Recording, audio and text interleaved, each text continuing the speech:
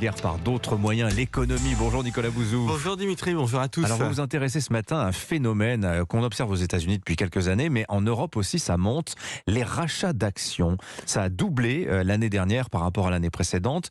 Alors on se pose plusieurs questions. Qu'est-ce que c'est d'abord que ces rachats d'actions? Qu'est-ce que ça veut dire? Et est-ce que c'est scandaleux? Alors ça alimente tous les fantasmes. Dès qu'on parle de rachat d'actions, on a l'impression vraiment d'opérations faites par des capitalistes dans des espèces de sous-sols ou des chambres noires qui vont mettre à bas l'économie mondiale. C'est une entreprise qui rachète ses propres actions. Total l'a fait par exemple. Pour une raison qui est très précise. Quand une entreprise a besoin d'investir, quand elle a besoin d'argent, eh bien elle va lever des capitaux, donc elle va émettre des actions et les actionnaires vont apporter de l'argent et cet argent il va être utilisé par les entreprises pour investir.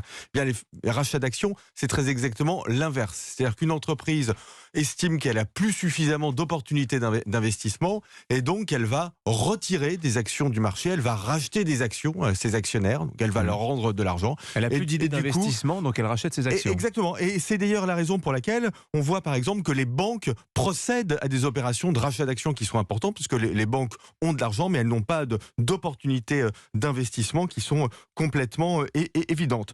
C'est une décision de gestion financière, ça n'est ni un scandale, ni un outil d'autodestruction du capitalisme.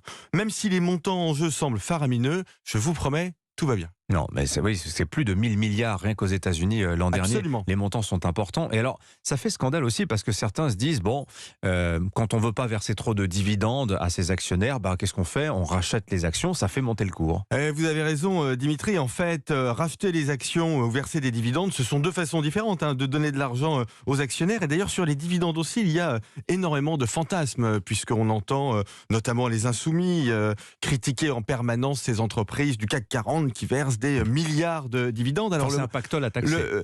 Exactement. Alors ils sont déjà très taxés en France d'ailleurs, mais en fait on cite toujours des chiffres sans les rendre véritablement interprétables. Alors je vais vous donner des ordres de grandeur. Si vous regardez la richesse nationale en France, la valeur ajoutée, la part des dividendes dans cette richesse créée tous les ans en France, elle est de l'ordre de 5%. C'est l'un des taux les plus bas en Europe.